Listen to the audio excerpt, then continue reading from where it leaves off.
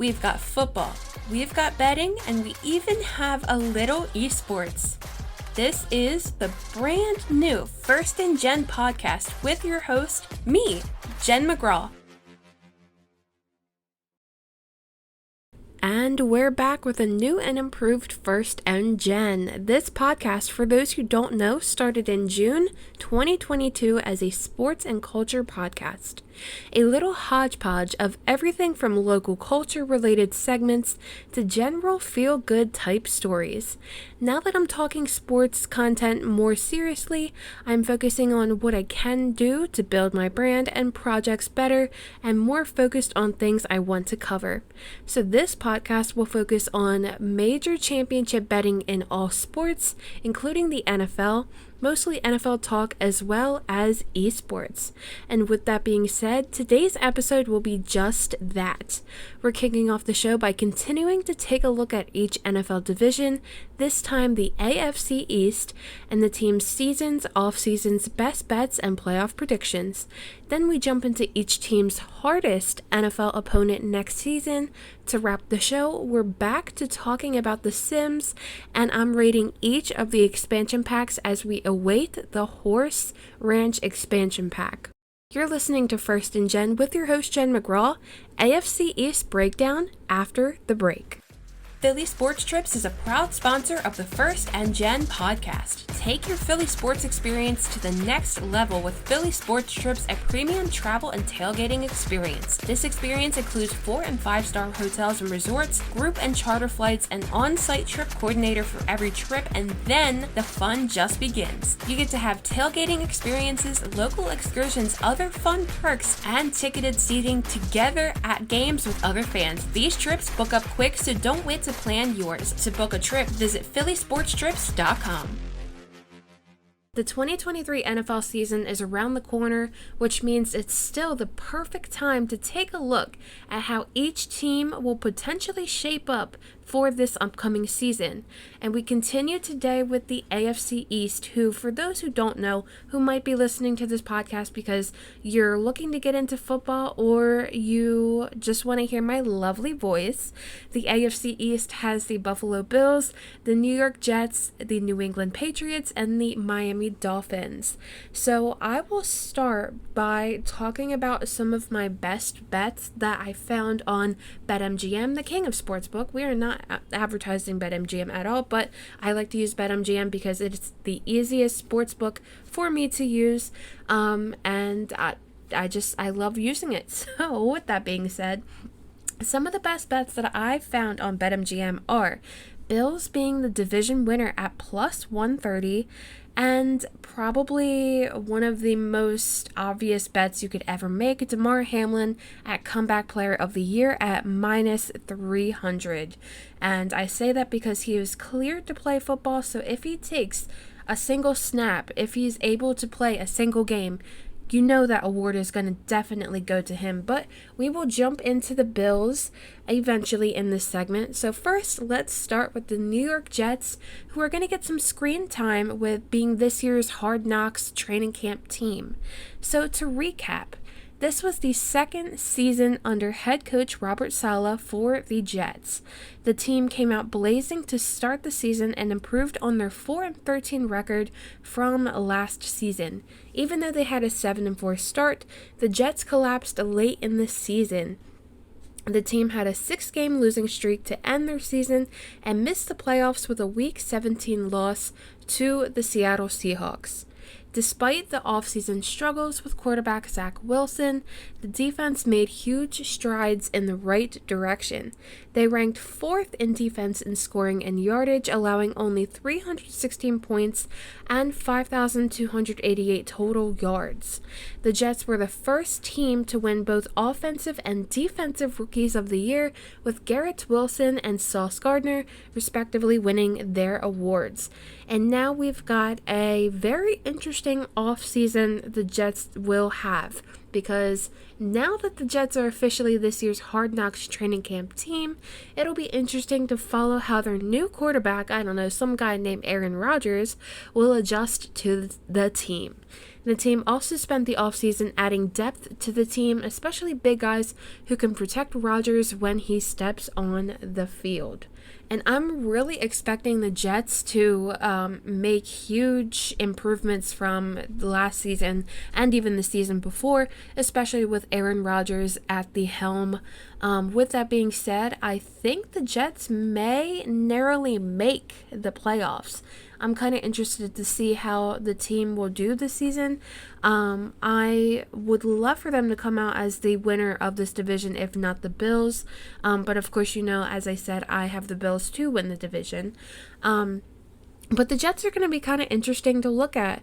And we continue now talking about the Miami Dolphins, because I want to get to the Bills conversation last as I dive into some more of those best bets that I had. So diving in with the Miami Dolphins, this was the first season for the Dolphins under new head coach Mike McDaniel.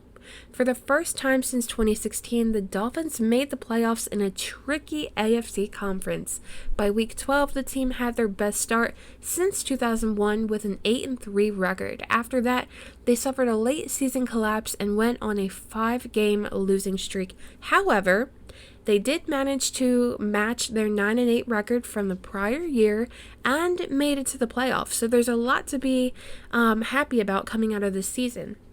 Despite a late rally in the wild card round, Miami fell to their divisional rival, Buffalo Bills, 34-31.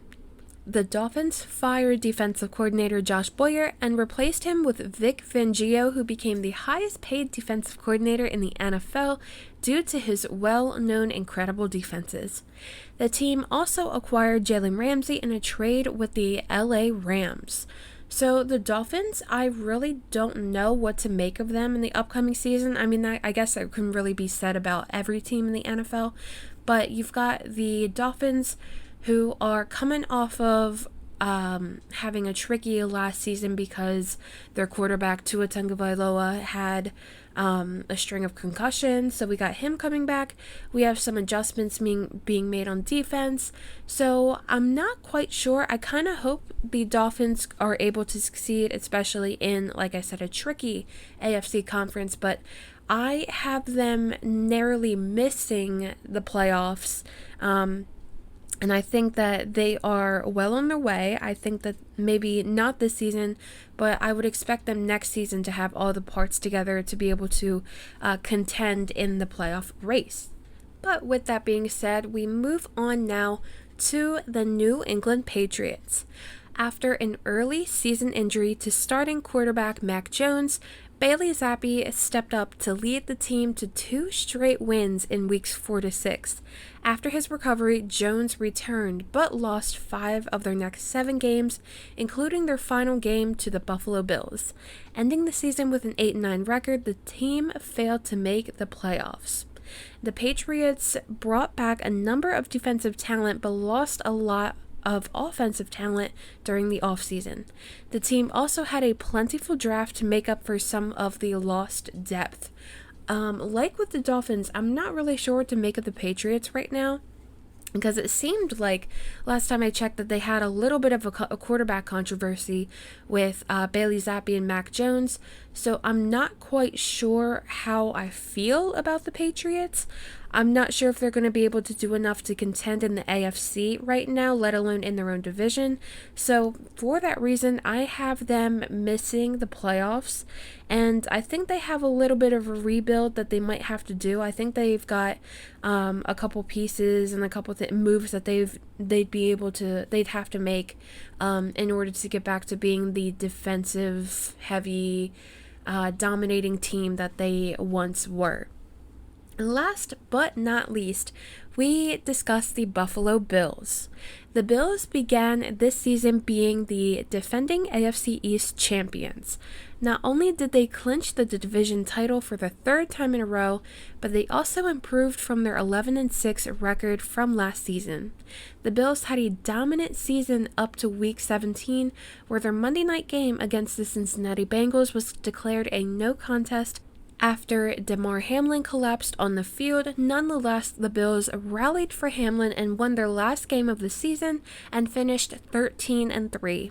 Unfortunately, they were not able to clinch the first seed because of the cancellation, which went to the Kansas City Chiefs.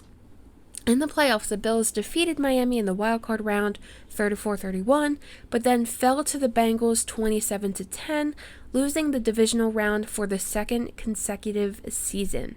And during this offseason, the Bills were approved to have a new stadium that began construction in May 2023. The new stadium will be finished before the 2026 season. But in other news, like I mentioned earlier, Hamlin has since been cleared to play football, and some other transactions included boosting the offense and defense. The Bills had a handful of notable players depart from the team, so it will be quite interesting to see how this influences the upcoming season.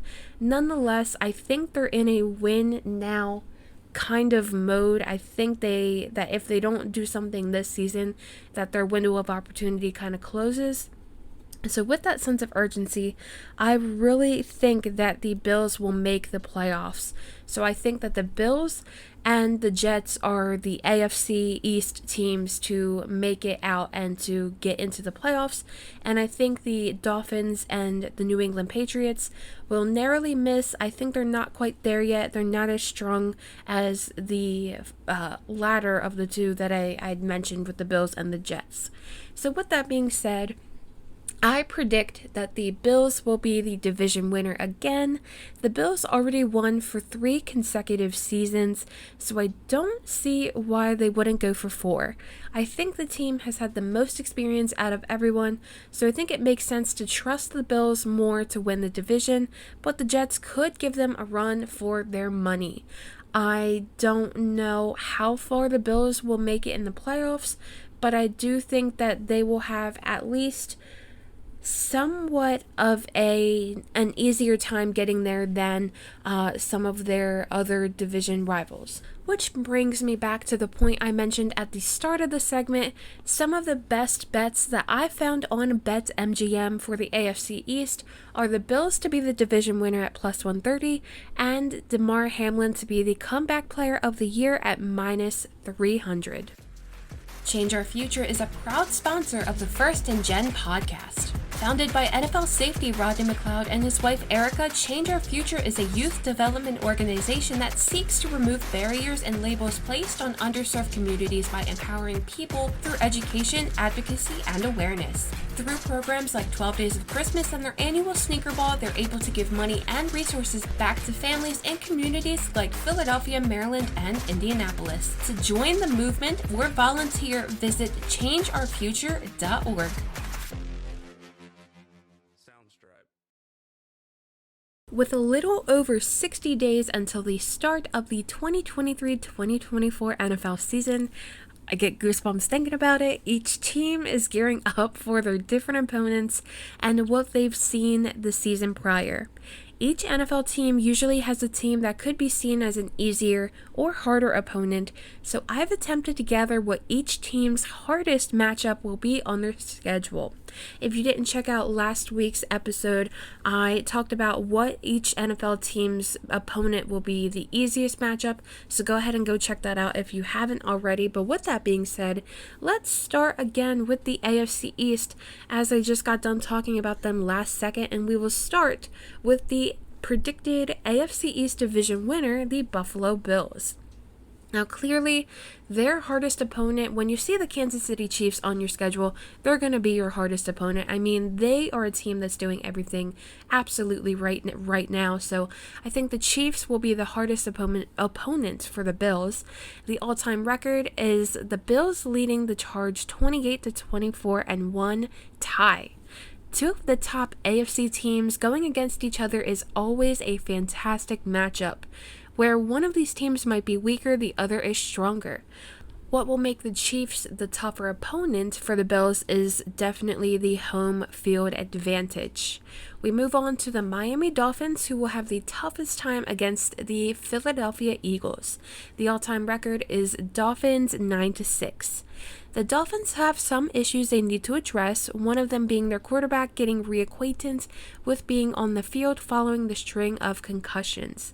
The Eagles' defense is aggressive when they're told to be, so the Dolphins will need to figure out a way to protect their quarterback at all costs to keep the chains moving. Next, we've got the New England Patriots, who, like I said before, will have the toughest time against the Kansas City Chiefs. The all-time record is the Chiefs leading 20-16 and 3 ties. The Chiefs may have had a harder time before playing against Tom Brady and the Patriots, but now they have just one more advantage over the team. The Chiefs are going to be dominant this season no matter who they play against, especially Bill Belichick. And finally, in the AFC East, we've got another NFC East team that the Jets are going to be having some trouble with, and that is the Philadelphia Eagles. The all-time record is the Eagles 12-0. The Philadelphia Eagles have never lost to the New York Jets, and I don't believe it starts now just because Aaron Rodgers is on the team. Last season, the Eagles were able to make Rodgers struggle, and I think it continues with him and the Jets. We move on to the AFC North. The Cincinnati Bengals will have the toughest time against the San Francisco 49ers. The all-time record is the Bengals 13-4. This matchup is going to be very interesting considering both teams have a young quarterback, a stacked roster, and a head coach who knows how to call smart and aggressive football. The Bengals might have a tough time with this offensive talent the 49ers possess, as that was one of the weaknesses the team has. Next, we have the Baltimore Ravens, who will also struggle against the San Francisco 49ers, but the Ravens do lead the all-time record 5-2. The 49ers are also going to be a hard team for the Baltimore Ravens for quite the same reason as the Bengals. I think the Ravens will struggle a little more with the 49ers than the other opponents because San Francisco is stronger on both sides of the ball. Next, we've got the Pittsburgh Steelers, who have the toughest time against the Jacksonville Jaguars, although the Steelers do lead the all-time record 13-12. The Jaguars are what I think the Steelers could be in another season or two. The head coach quarterback duo in the Jaguars, plus some other good off-season moves, I think will be enough to make the Steelers struggle a bit with Jacksonville. Next, we have the Cleveland Browns, who will have the hardest time against the Chicago Bears, but the Browns do lead the all-time record 10-7. The Bears and Browns are not different from each other. Both teams have a quarterback they're working on building around in order to contend for playoff contention. However, the difference lies in the fact that I think the Bears are more promising and able to win now as opposed to the Cleveland Browns, who may win down the line. Next, we've got the AFC South, with the Jacksonville Jaguars having the hardest time against the Buffalo Bills, and the Bills lead the all-time record 9-7. Both the Jaguars and the Bills are itching to get over the playoff slump they've been in the past few seasons. There is minimal room for error in the AFC, and the Jaguars' toughest team is the Bills. I feel more confident in the Bills in this matchup due to the playoff experience, but the Jaguars could be surprising. Next, we've got the Tennessee Titans, who will have the hardest time against the Cincinnati Bengals. But the Titans do lead the all-time record 40-37 and 1 tie. The Cincinnati Bengals are a force to be reckoned with in the AFC trifecta, the Bills, Bengals, and Chiefs, as I like to put it. The Titans are not a strong enough team to contend yet in the AFC, so the Bengals absolutely have the advantage in this matchup. The Indianapolis Colts will also have the hardest time against the Cincinnati Bengals, and the Colts lead the all-time record 20-12. The Colts' string of struggles might continue next season due to another head coaching change. This change could make the team struggle at first before they find their footing, something the Bengals could use to their advantage, being the more secure team. And finally, the Cincinnati Bengals will also have their way with the Houston Texans, but the Texans do lead the all-time record 8-5. Though the Texans made some promising offseason moves, those moves are not nearly enough to be able to defeat the Cincinnati Bengals. The Bengals are stronger on both sides of the ball, and it gives them the upper hand in this matchup. We move on finally in the AFC to the AFC West, with the Kansas City Chiefs having the hardest time, if I had to pick a team, having the hardest time against the Philadelphia Eagles. The Chiefs lead the all-time record 6-4. It's safe to say the Chiefs will be one of the few dominating teams in the NFL next season en route to another postseason. Their toughest opponent will be the Eagles because they'll also be looking to win the Super Bowl rematch. They'll also be looking to get back to the Super Bowl. So that will be one of the hard teams that the Chiefs will have to face, if not the toughest. Staying in the NFC East, AFC West kind of matchup, the Los Angeles Chargers are going to have the hardest time against the Dallas Cowboys. The Cowboys lead the all-time record 7-5. I think the Chargers will see the most struggles with the Dallas Cowboys. Though the Cowboys lost a few good players that kept them being dominant, the Chargers haven't made enough moves for them to make the leap, and the Cowboys will definitely capitalize off of it. The Las Vegas Raiders will have the toughest time against the Buffalo Bills, although the series is tied 21-21. The Raiders do not feel like a fully secure team since Jimmy Garoppolo may or may not be ready to go for the team. The Bills outmatch the Raiders in experience and strength on both sides of the ball, which means they will have the upper hand in this matchup. And the Bills will also be able to have their way with the Denver Broncos. The Bills also lead the matchup 23-16 and 1 tie. The Denver Broncos are still working out the issues they had from last season's rocky start with Russell Wilson. Compared to their other opponents, the Bills' defense will be challenging for the Broncos, and the offense will also be able to control the pace and outpace the Broncos. We move on now to the NFC, and what better way to start than with the NFC East? The Philadelphia Eagles' hardest opponent will be the Kansas City Chiefs, and like I mentioned earlier, the Chiefs lead the all-time record 6-4. It's safe to say the Eagles will not have as easy of a schedule as they did last season, but one of those harder teams they have to face will be a Super Bowl rematch, and the Chiefs won't play soft. The Eagles will have probably one of their toughest matches of the season in the Chiefs. We move on to the Washington Commanders, who will have the toughest time against the San Francisco 49ers, and the 49ers lead the all-time record 22-12 and 1 tie. The Commanders also have a few tough matches next season, but I think the 49ers will be a much harder team for them to compete with. The two teams are pretty much opposite, so it feels to me like the 49ers have a huge advantage over the Commanders. We move on to the Dallas Cowboys having the toughest time against the Buffalo Bills, and the all-time record is the Bills 8-5. The Cowboys lost a few key pieces that otherwise probably would help them compete against the Bills. Compared to their other opponents, I think the Cowboys will struggle the most with the Bills, who are looking to get over the playoff slump and potentially make it to the Super Bowl. Finally, in the NFC East, we have the New York Giants having the hardest time against the San Francisco 49ers, but the series is tied again 21-21. Though the Giants are another NFC team that has a lot of positives from last season, they're going to have a tough time competing against the 49ers. Both teams had a taste of the playoffs that got ripped away from them and want to get back there, but I'm more confident in the 49ers winning this matchup than the Giants.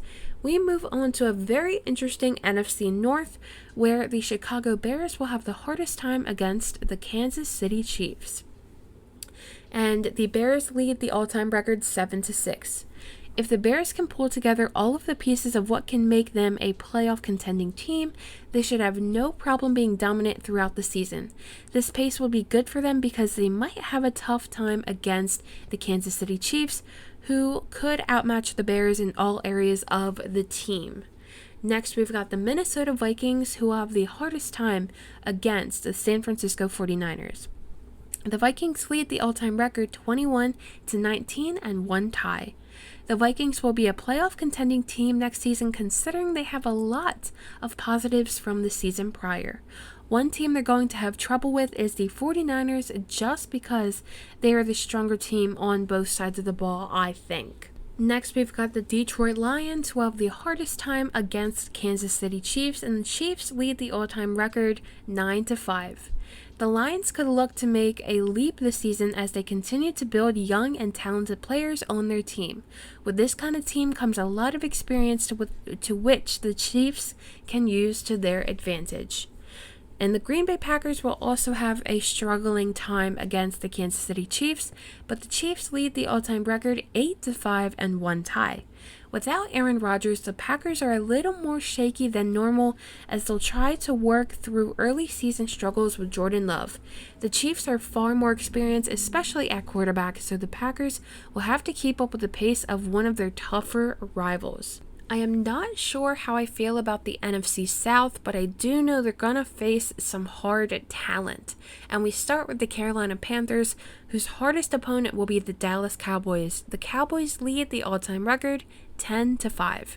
The Cowboys seem like the toughest opponent to the Panthers since the team has attempted to improve its offense, signing players like Miles Sanders to hopefully establish a better run game. The Cowboys defense is really good at stopping plays once they get in a groove, and not to mention they have experience with playing against Miles Sanders from the Philadelphia Eagles. We move on to the Tampa Bay Buccaneers, who will have the hardest time against the Philadelphia Eagles, but the Buccaneers lead the all-time record 11-10. Without a few of their key pieces on offense and on the coaching staff, the Buccaneers are going to look very different and potentially struggle this season. On the opposite side of the ball, the Eagles are the stronger team that could make the Bucs struggle to get momentum going. Next, we've got the New Orleans Saints, who will struggle against the Chicago Bears. The Saints do lead the all-time record 18-15. Where the Bears made moves that boosted their offense and defense, the Saints failed to make the same kind of moves. I think this team is going to struggle again this season, especially with the Bears, who seem like the hardest competition on the schedule. And the Bears will also be the team that the Atlanta Falcons struggle with as well. The Bears lead this all-time record 15-14. Not only will the Saints struggle, but I think the Falcons will also struggle against the Bears for the same reason. The Bears did enough to look like they can contend in the NFC, but I'm not confident that the Falcons can make the leap from last season. We now finally move on to the NFC West and begin with the Arizona Cardinals, who will absolutely struggle against the Philadelphia Eagles. But the Cardinals do lead the all-time record 60-57 and 5 ties. I really think the Cardinals will struggle against the Eagles. Even though Gannon was the defensive coordinator in Philadelphia, the team is fired up and ready to take on their former coach, especially one who was interviewing for this job the week of the Super Bowl.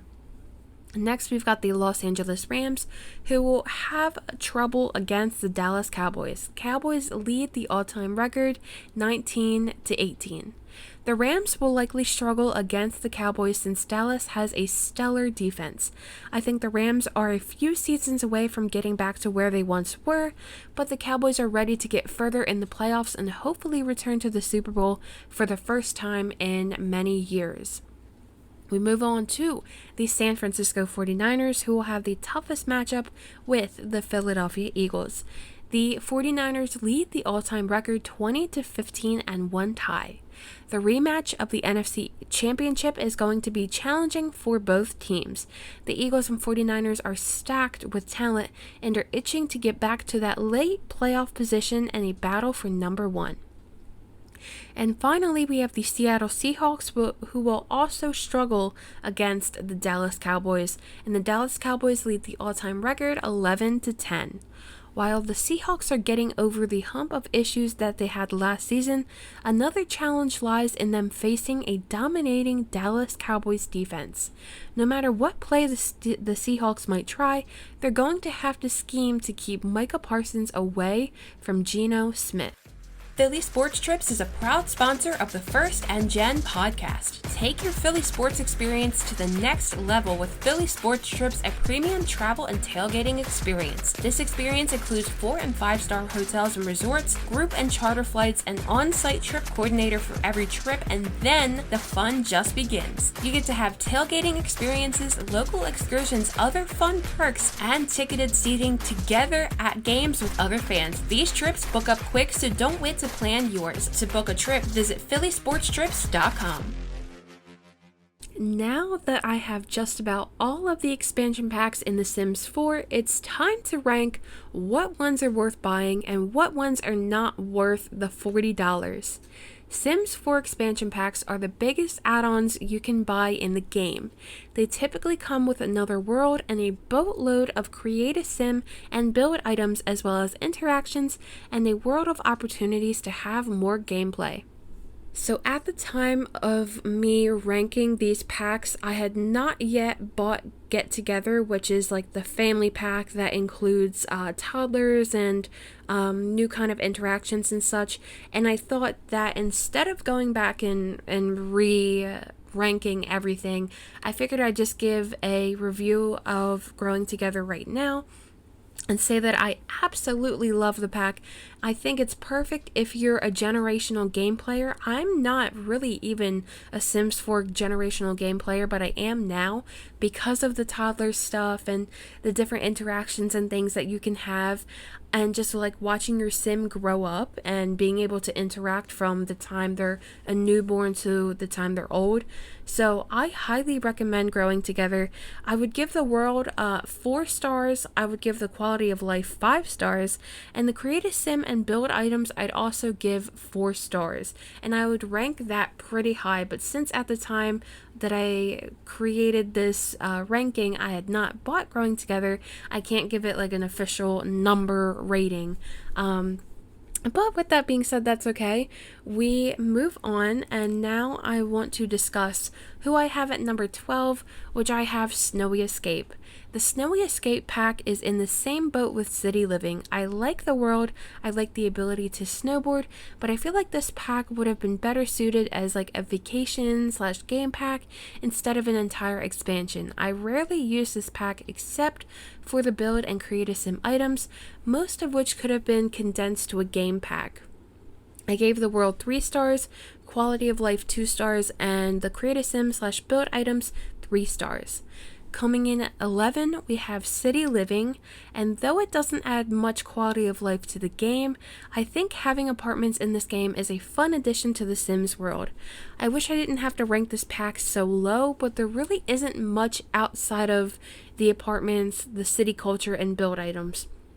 I don't really even have much suggestions for this pack because most of the suggestions I do have come in other packs. So with that being said, I ranked the world 4 stars, the quality of life 2 stars, and the build items 3 stars. At number 10, we've got Island Living, another unique world type pack that I ranked kind of high.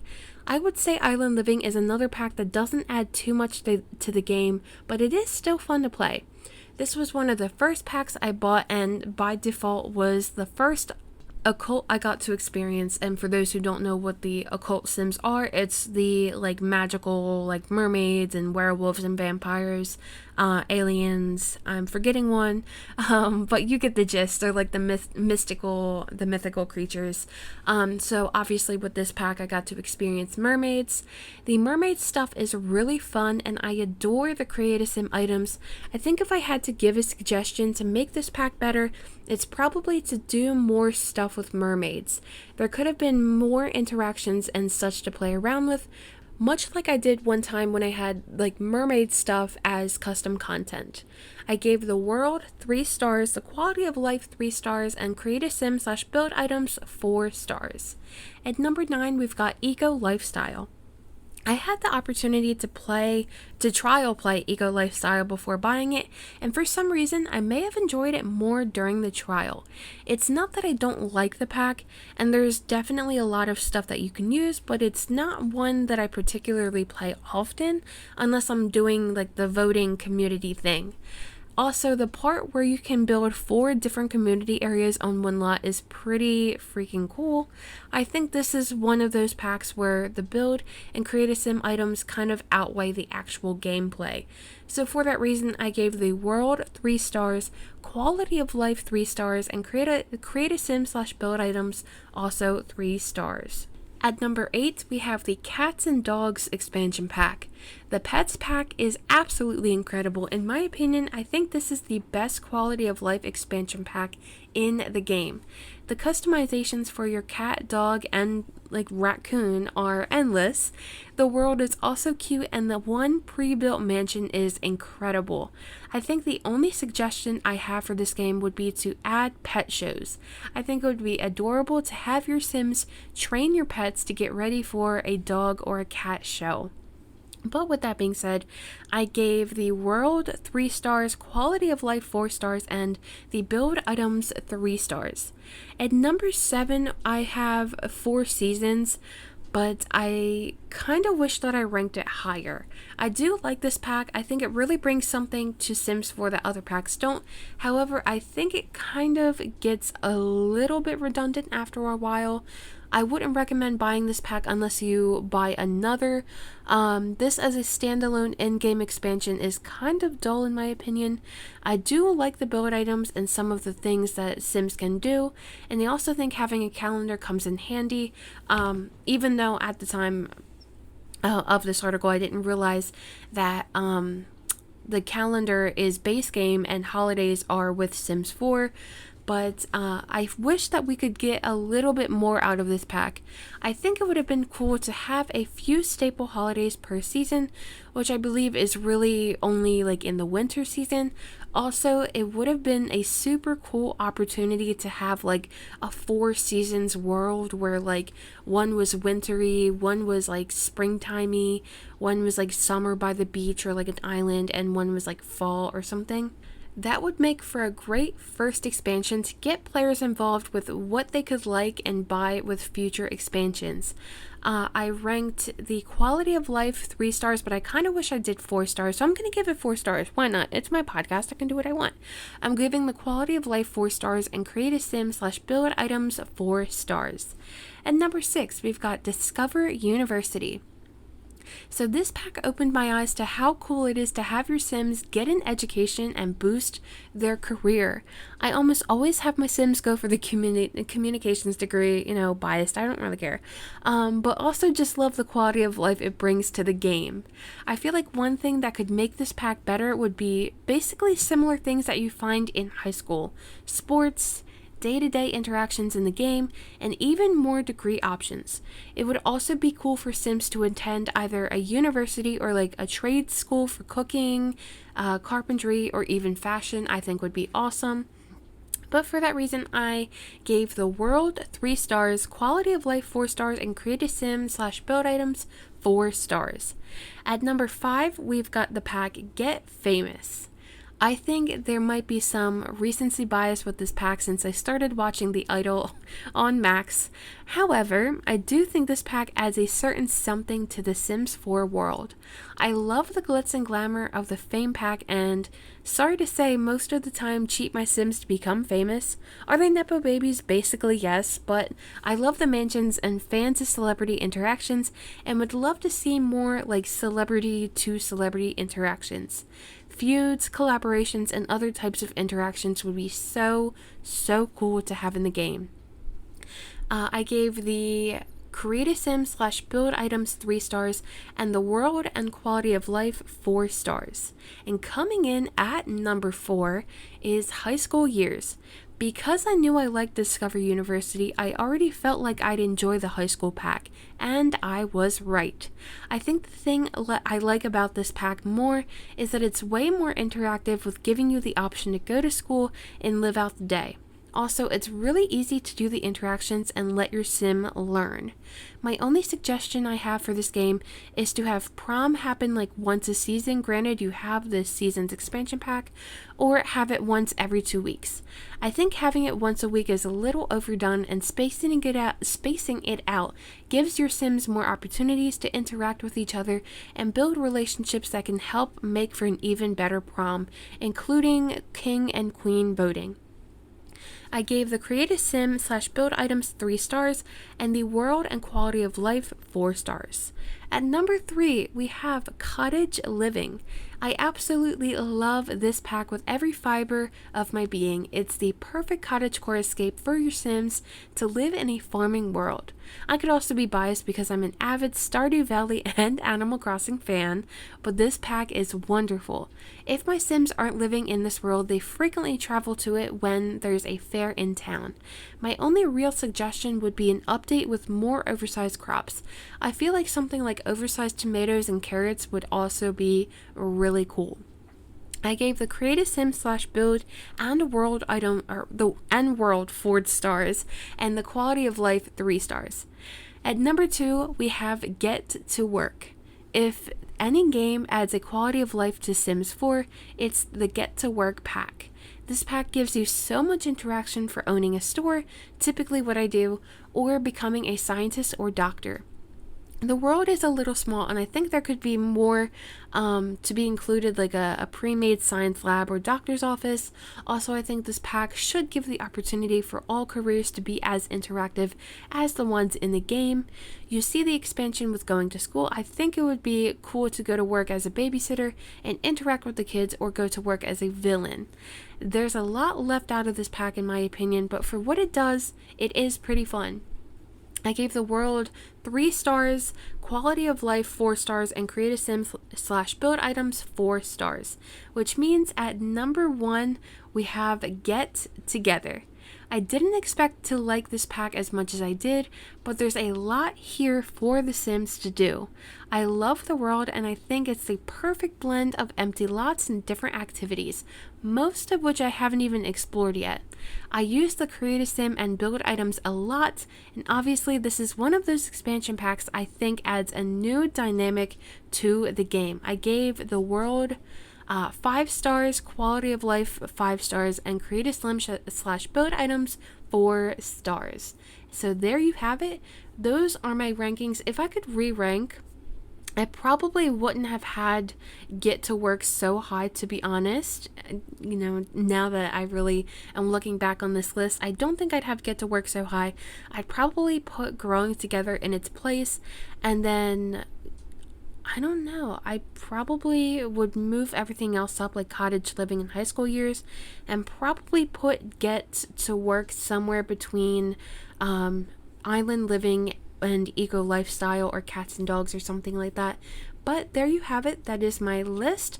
And as we await the Horse Ranch pack, I will be sure to give an updated list of my favorite expansion packs and what ones I think are worth the $40. That's a wrap for the brand new First Jenn podcast. Thanks for tuning in, and make sure to follow on Twitter and Instagram at @JennPod, that is Jen with 2 N's, and subscribe and share this episode if you liked it. Until next week, this has been the First Jenn podcast with your host, Jenn McGraw. Have a good weekend, everybody.